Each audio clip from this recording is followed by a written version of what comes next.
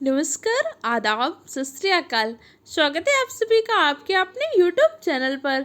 UP police constable के लिए आपकी बहुत इंपॉर्टेंट सीरीज, इसमें प्रीवियस ईयर क्वेश्चन को डिस्कस करेंगे। इससे साथ साथ उस क्वेश्चन से जुड़े सारे पॉइंट को डिस्कस कर लेंगे कि अगर ये क्वेश्चन पूछा गया है तो और कैसा क्वेश्चन पूछा जा सकता है। अगर पानीपत के युद्ध से क्वेश्चन आया है तो हम सिर्फ पानीपत के युद्ध को नहीं डिस्कस करेंगे, और कौन कौन से महत्वपूर्ण युद्ध है उनको भी डिस्कस कर लेंगे। इस तरीके से क्या होगा, आपके जीके जीएस को शॉर्ट में और बहुत डीप तरीके से रिवीजन हो जाएगा। अगर आप पुलिस कांस्टेबल के साथ साथ एसएससी जीडी आरओ या फिर किसी भी एग्जाम की तैयारी कर रहे हैं, अगर आपके एग्जाम में जीके जीएस और करंट अफेयर्स से क्वेश्चन आते हैं तो सीरीज आपके लिए हेल्पफुल रहेगी। यूपी पुलिस के लिए तो स्पेशली डिजाइन की गई है। अगर आपने सीरीज के सारे वीडियो देखी है तो एग्जाम तक आपके पास लगभग 1000 से ज़्यादा क्वेश्चन होंगे, तो आप सारे क्वेश्चन को आसानी से सॉल्व कर पाएंगे। यही टाइम है, मेहनत कर लीजिए। ठीक है, अपनी क्लास को स्टार्ट करते हैं एक मोटिवेशनल कोट के साथ। कर ले सैर दुनिया की वो गालिब, फिर जिंदगानी कहाँ रह गई जिंदगानी, अगर तो फिर नौजवानी कहाँ। यही टाइम है, इसी टाइम को यूटिलाइज करिए, मेहनत करिए, अपने माँ बाप का सपना पूरा करिए। फर्स्ट क्वेश्चन डिस्कस करते हैं। अंडमान की जनजातियों से क्वेश्चन पूछा गया था, तो शैम्पेन, चारवा, सेंटलीज, ये सब क्या आपकी अंडमान की जनजातियां है। साउथ बटन कहाँ पे पाया जाता है? South button national park Andaman Nicobar में पाया जाता है। क्लियर हो गया? उद्देश्य प्रस्ताव 13 दिसंबर 1946 को हमने उद्देश्य प्रस्ताव प्रस्तुत किया था। हमारे जो संविधान सभा, इसका संविधान का निर्माण कैसे हुआ था? कैबिनेट मिशन के द्वारा। मार्च 1946 में कैबिनेट मिशन आया था, जिसके माध्यम से हमारी संविधान सभा का निर्माण हुआ था। कैबिनेट मिशन ने क्या किया था? आपके पृथक मुस्लिम लीग की मांग को अस्वीकार कर दिया था। कैबिनेट मिशन ने 10 लाख की जनसंख्या पर सीटों को निर्धारित किया था। इन्होंने कितने 389 सीटों को निर्धारण किया था, जिसमें कुछ सीटें आपके ब्रिटिश प्रांत को मिली थी और कुछ सीटें आपकी देसी रियासतों को मिली थी। देसी रियासत ने क्या किया था? अपने यहाँ से सदस्यों को मनोनीत किया था, जबकि ब्रिटिश प्रांत में जो सीटें हुई थी उसमें हमने क्या किया था? निर्वाचन कराया था। चार सीटें आपकी चीफ कमिश्नरी से थी। दिल्ली, कुर्ग, बलूचिस्तान, अजमेर, मेवाड़ का क्षेत्र, ये 4 क्षेत्र आपके कैसे थे? चीफ कमिश्नरी क्षेत्र से। इनसे हमारी संविधान सभा में क्या होता है? निर्वाचन होता है। अब जब निर्वाचन होता है तो कांग्रेस को कितनी सीटें मिल जाती हैं? कांग्रेस को 208 सीटें मिल जाती हैं। मुस्लिम लीग को 73 सीटें मिल जाती हैं। जैसे मुस्लिम लीग को 73 सीटें मिलती हैं, मुस्लिम लीग कहते हैं नहीं इसमें तो कुछ दिक्कत हो गई, कोई प्रॉब्लम हो गई है, तो इस तरीके से मुस्लिम लीग ने क्या कर दिया? फिर 16 अगस्त 1946 को मुस्लिम लीग ने प्रत्यक्ष कार्रवाई दिवस के रूप में मनाया। इसके बाद हमारे संविधान निर्माण की प्रक्रिया स्टार्ट हो जाती है। 9 दिसंबर 1946 को संविधान सभा की पहली बैठक होती है। पहली बैठक में हम सचिदानंद सिन्हा को अस्थायी अध्यक्ष बना देते हैं। उसके बाद डॉक्टर राजेंद्र प्रसाद को हम संविधान सभा का स्थायी अध्यक्ष बनाते हैं। एससी मुखर्जी को हम संविधान सभा का उपाध्यक्ष बनाते हैं। बीएन राव को संविधान सभा का संवैधानिक सलाहकार बनाते हैं। 13 दिसंबर 1946 को जवाहरलाल नेहरू ने उद्देश्य प्रस्ताव प्रस्तुत किया। उद्देश्य प्रस्ताव का मतलब था, भाई अगर हम किसी चीज़ पे काम कर रहे हैं, कोई बुक बना रहे हैं, तो हमारा उद्देश्य क्लियर होता है ना कि आज अगर मैं आपके आरआरबी के लिए कोई बुक बनाने जा रही हूँ, आज मैं पुलिस के लिए बुक बनाने जा रही हूँ, तो मेरा उद्देश्य क्लियर होगा कि इस बुक को पढ़ने से क्या हो कि इस एग्जाम के बच्चे तो कम से कम सेलेक्ट हो जाए। तो जो हमारा संविधान बन रहा था, संविधान में हमारा उद्देश्य क्या था? हम कैसे भारत चाहते थे, कैसे भारत का हमने सपना देखा था, कैसे भारत की आकांक्षाएं थी। तो 13 दिसंबर 1946 को जवाहरलाल नेहरू ने उद्देश्य प्रस्ताव प्रस्तुत किया। इसी उद्देश्य प्रस्ताव को 22 जनवरी 1947 को स्वीकार कर लिया जाता है। इसी उद्देश्य प्रस्ताव को बाद में अपने संविधान में प्रस्तावना के रूप में स्थान देते हैं। अच्छा, ये प्रस्तावना हमने कहाँ पे देखा था? प्रस्तावना हमने अमेरिका के संविधान पे देखा था। तो प्रस्तावना हमने लिया कहाँ से? प्रस्तावना हमने अमेरिका के संविधान से लिया है, जबकि प्रस्तावना की भाषा हमने ऑस्ट्रेलिया से लिया है। ऑस्ट्रेलिया से कुछ और भी लिया है क्या हमने? बिल्कुल सही, ऑस्ट्रेलिया से हमने समवर्ती सूची ली है। समवर्ती सूची में कानून बनाने का अधिकार किसके पास होता है? केंद्र सरकार और राज्य सरकार के पास। देखो, आप अगर पहली बार इस सीरीज को देख रहे हो तो आपको थोड़ा सा हौच पौच भी लग सकता है।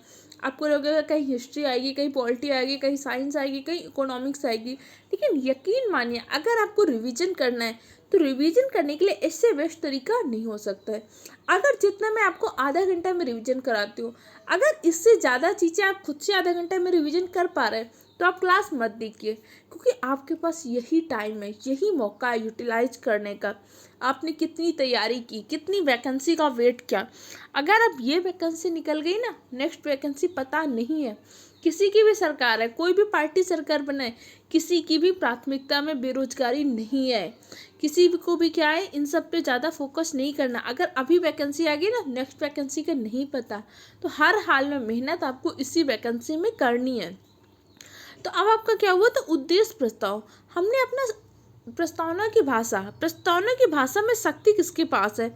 हमारे यहाँ पे शक्ति किसके पास? भारत की जनता के पास नीति है।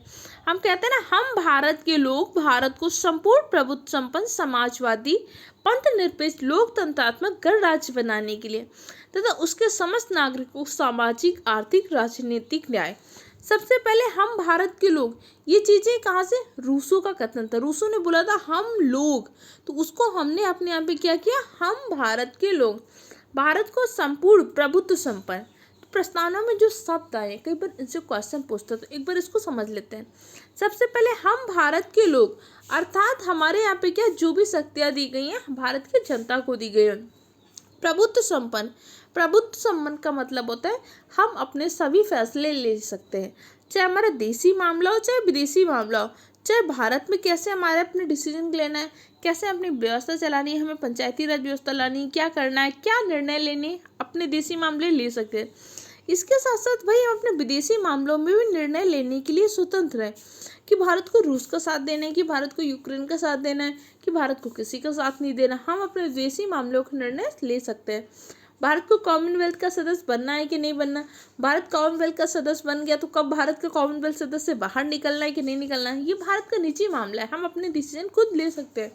क्यों? क्योंकि हम प्रभुत्व संपन्न है। पंथ निरपेक्ष, भारत का कोई भी धर्म नहीं है, भारत किसी भी धर्म को प्रमोट नहीं करता, लेकिन हमारे यहाँ पे पंथ निरपेक्षता कैसी है? हमारे यहाँ पे सकारात्मक पंथ निरपेक्षता। इसका मतलब क्या होता है? भारत का कोई भी धर्म नहीं है, लेकिन भारत सभी धर्मों को सम्मान करता है। हमारे यहाँ पे कुंभ मेला का आयोजन होता है, पुलिस प्रशासन लगती है। हमारे यहाँ पे ईदगाह में नमाज का आयोजन किया जाता है, पुलिस प्रशासन सहयोग करती है। हमारे यहाँ पे सिख कोई भी गुरुद्वारा साहिब जाते हैं, कोई भी उत्सव मनाते, हमारे यहाँ पे पुलिस प्रशासन सहयोग करती है। ईसाइयों का कोई भी उत्सव होता है, पुलिस प्रशासन सहयोग करती है। अर्थात भारत का अपना कोई भी धर्म नहीं है, लेकिन भारत सभी धर्म, सिर्फ धर्म नहीं, भारत सभी पंथों का भी सम्मान करता है। गणराज्य, गणराज्य का मतलब होता है भारत का जो प्रमुख पद होगा वो वंशानुगत नहीं होगा, वो कैसे होगा? निर्वाचित। तो भारत का प्रमुख पद कौन है? राष्ट्रपति। राष्ट्रपति का हमारे यहाँ पे क्या होता है? चुनाव। राष्ट्रपति का चुनाव कितने वर्ष के लिए होता है? 5 वर्ष के लिए होता है। इस टाइम पे हमारी राष्ट्रपति जी कौन है? द्रौपदी मुर्मू जी। द्रौपदी मुर्मू जी कौन से क्रम में? 14वें क्रम की राष्ट्रपति है कि 15वें क्रम की राष्ट्रपति? इस क्वेश्चन का आंसर दीजिएगा। द्रौपदी मुर्मू जी 15वें क्रम की राष्ट्रपति है। जबकि चुनाव कौन से क्रम का हुआ था? चुनाव आपके 16वें क्रम का हुआ। तो एक ऐसा व्यक्ति बताइए जो 2 बार राष्ट्रपति बना है, कमेंट सेक्शन में आंसर दीजिएगा। लोकतंत्रात्मक, लोगों का लोगों के लिए लोगों के द्वारा शासन, जनता का जनता के द्वारा जनता के लिए शासन, ये हमारा क्या होता है? लोकतंत्र होता है। न्याय, हमारे यहाँ पे कितने प्रकार के न्याय की बात की गई है? प्रस्तावना में हमने 3 प्रकार के न्याय की बात की, सामाजिक, आर्थिक और राजनीतिक न्याय। स्वतंत्रता, हमारे यहाँ पे 5 प्रकार की स्वतंत्रता का उल्लेख किया गया। कौन कौन सी? विचार की, अभिव्यक्ति की, विश्वास की, धर्म की, उपासना की, स्वतंत्रता की। हमें कुछ विचार करना है, मुझे विचार करना है कि मैं भारत की राष्ट्रपति बन गई, मैं कर सकती हूँ विचार। मैंने विचार किया कि मैं एक कंपनी खोलूँगी, मैंने विचार किया कि भाई मैं एक यूट्यूब चैनल खोलूँगी जहाँ के माध्यम से मैं क्वालिटी एजुकेशन दूंगी, मैंने विचार किया, उस पर काम किया, मैं कर सकती हूँ। अव्यक्त की, आज मैं आपको पढ़ा रही हूँ, मुझे आपके साथ कोई बात शेयर करनी है, मुझे कोई पार्टी पसंद है नहीं पसंद है, मेरी अव्यक्ति, मैं अपनी अव्यक्ति स्वतंत्रता का प्रयोग कर सकती हूँ। विश्वास, मुझे विश्वास करना है कि भाई तिलक लगाने से भगवान मिलते हैं, मुझे विश्वास करना है मंदिर में पूजा करने से भगवान मिलते हैं, मुझे शांति मिलती है, ये मेरा विश्वास है, मैं कर सकती हूँ। धर्म, मैं जिस धर्म को मानना चाहूँ मान सकती हूँ, मुझे हिंदू धर्म में आस्था है, मैं हिंदू धर्म को मान सकती हूँ, मुझसे मुस्लिम धर्म में आस्था है, मैं उसको मान सकती हूँ, मुझे ईसाई धर्म में आस्था है, उसको मान सकती हूँ। अपने धर्म की हमें स्वतंत्रता है। उपासना, हमें स्वतंत्रता है कि भाई हम रोज़ा रखना चाहते हैं, कि हम नवरात्र में व्रत रखना चाहते हैं, कि हम कैंडल जलाना चाहते हैं, हमारी उपासना हम अपने तरीके से कर सकते हैं। इसकी स्वतंत्रता हमें हमारे संविधान में दी गई है। क्षमता, हमारे यहाँ पे दो प्रकार की समता है, प्रतिष्ठा और अवसर की समता। भाई हर नागरिक को समान अवसर तो उपलब्ध कराइए। आज कोई भी वैकेंसी निकलती है तो सबको फॉर्म भरने का मौका मिलता है ना। सबसे पहले तो हर इंसान को मौका दीजिए, तभी तो आगे कंपटीशन में भाग ले सकते हैं कि नहीं। बंधुता, ये मैं कहाँ से लिया था, फ्रांस की क्रांति से लिया था कि हम सभी वसुधैव कुटुंबकम की भावना, हम सब आपस में परिवार है। सबसे पहले तो देश हित में हम सब आपस में परिवार है, हमें एक दूसरे का साथ देना है, एक दूसरे का सहयोग करना है। लेकिन वास्तविकता क्या होती है, हम लोगों का हाथ नहीं खींचते, हाथ खींचने के बजाय टांग खींचते हैं, लोगों को पीछे करने पे लगे रहते हैं। लेकिन चाहे तो हम सब साथ भी आगे विकास कर सकते हैं, लेकिन नहीं। इसी प्रकार से हमने अपने संविधान को 26 नवंबर 1949 को संविधान का अंगीकरण किया था। 26 नवंबर को हमने अपने संविधान का क्या कर लिया था, अंगीकरण किया था। इसीलिए 26 नवंबर को हम संविधान दिवस विधि दिवस के रूप में मनाते हैं। और हमारा संविधान लागू कब हुआ था, हमारा संविधान 26 जनवरी 1950 को लागू हुआ था। हमने अपने संविधान को लागू करने के लिए 26 जनवरी के डेट को ही क्यों डिसाइड किया, क्योंकि 1929 में रावी नदी के तट पर जब लाहौर अधिवेशन हुआ था तो पंडित जवाहरलाल नेहरू ने क्या किया था, इन्होंने तिरंगा फहराया था और कहा था हर साल हम क्या करेंगे, 26 जनवरी को स्वाधीनता दिवस मनाएंगे। पहला स्वाधीनता दिवस हमने कब मनाया था, 26 जनवरी 1930 को पहला स्वाधीनता दिवस मनाया था। इसी तिथि को ऐतिहासिक बनाने के लिए हमने अपने संविधान को 26 जनवरी 1950 को लागू किया। संविधान सभा की पहली बैठक 9 दिसंबर 1946 को संविधान सभा की पहली बैठक हुई थी। संविधान सभा की अंतिम बैठक 24 जनवरी 1950 को संविधान सभा की अंतिम बैठक हुई थी। 24 जनवरी 1950 को कुछ और हुआ था, बिल्कुल 24 जनवरी 1950 को हमने अपना राष्ट्रगान और राष्ट्रगीत को अपनाया था। इसके साथ साथ भारत के प्रथम राष्ट्रपति डॉक्टर राजेंद्र प्रसाद को भी हमने 24 जनवरी को चुन लिया था। डॉक्टर राजेंद्र प्रसाद का संबंध किस राज्य से, बिहार राज्य से डॉक्टर राजेंद्र प्रसाद का संबंध। क्लियर, आगे देख लेते हैं। नेक्स्ट क्वेश्चन हमारा है यांगटीसी। यांगटीसी आपकी एशिया की सबसे लंबी नदी है। चीन का जो संघाई शहर है, चीन का संघाई शहर कौन से नदी किनारे स्थित है, चीन का संघाई शहर आपका यांगटीसी नदी के तट पर स्थित है। विश्व की सबसे लंबी नदी, विश्व की सबसे लंबी नदी नील नदी। नील नदी का वरदान किसको बोलते हैं, मिस्र को नील नदी का वरदान कहते हैं। विश्व की सबसे चौड़ी नदी अगर पूछेगा, ये तो पूछा लंबाई के क्रम में, अगर जैसे क्षेत्रफल के क्रम में, उसके विस्तार के क्रम में, तो विश्व की सबसे चौड़ी नदी है आपकी अमेजन नदी। अमेजन वर्षावन को पृथ्वी का फेफड़ा भी कहते हैं, ध्यान रखिएगा। अष्टदिग्गज, अष्टदिग्गज और अष्टप्रधान से क्वेश्चन अक्सर पूछता है। अष्टदिग्गज आपके कृष्णदेवराय के दरबार में रहते थे। कृष्णदेवराय विजयनगर के प्रमुख शासक थे। कृष्णदेवराय का संबंध किस वंश से, तुलुप वंश से इनका संबंध है। कृष्णदेवराय के दरबार में अष्टदिग्गज रहते थे। तो कई बार क्वेश्चन पूछते हैं, अष्टदिग्गज कृष्णदेवराय के दरबार में रहते थे, जबकि अष्टप्रधान आपके शिवाजी के दरबार में रहते थे। इनकी एक फेमस पुस्तक है आमुक्त मालदा। आमुक्त मालदा के राइटर कौन है, आमुक्त मालदा के राइटर है कृष्णदेवराय। कई बार आप कॉमिक बुक पढ़ी होगी ना, कृष्णदेवराय और तेनालीरामन की, तेनालीरामन इन्हीं के दरबार में रहते थे। अष्टदिग्गज के नाम याद रखिएगा, कई बार एग्जाम में पूछ लेता है। एक अल्लानी थे, पेदन्ना थे, नंदी तिम्मन थे, भट्ट मूर्ति थे, धूचट थे, मालदयारी थे, मल्लन थे, मुद्दू पल्लक थे, अच्चलू राजू, रामचंद्रन और पिंकली सूरन। ये सब क्या थे, कृष्णदेवराय के दरबार में रहते थे। थोड़े से वैसे नाम है, लेकिन एक बार थोड़ा सा देख लीजिएगा।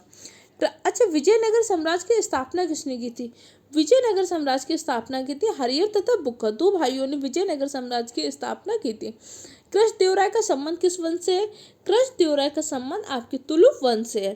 कृष्णदेवराय की फेमस पुस्तक कौन सी है, रचना आमुक्तमाल्यदा, जो तेलुगु साहित्य का आयोजन भी कृष्णदेवराय करवाते थे। इसके साथ साथ कई बार आपसे क्वेश्चन पूछेगा, जो आपका विजयनगर साम्राज्य का पतन कैसे हुआ था। विजयनगर साम्राज्य का पतन हुआ था तालीकोटा के युद्ध से। तालीकोटा का युद्ध कब हुआ था, 1565 में। कल की क्लास में हमने क्या किया था, महत्वपूर्ण युद्धों के बारे में देखा था। अगर आपने कल की क्लास को नहीं देखा तो उस क्लास को जरूर देख लीजिएगा।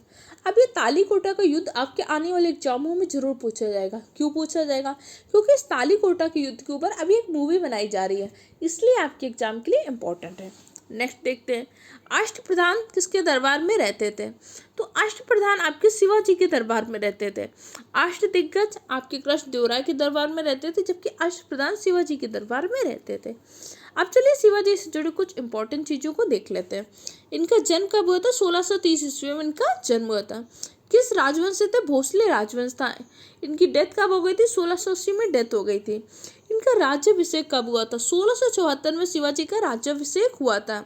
शिवाजी के पुत्र संभाजी जो बाद में उनके उत्तराधिकारी बने थे।